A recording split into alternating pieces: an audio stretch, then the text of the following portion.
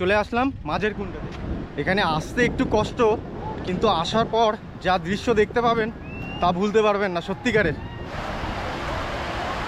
আরও নিচে যাওয়া যাবে, তো চলুন একবার ড্রোনটা উড়িয়ে আপনাদেরকে দেখাচ্ছি।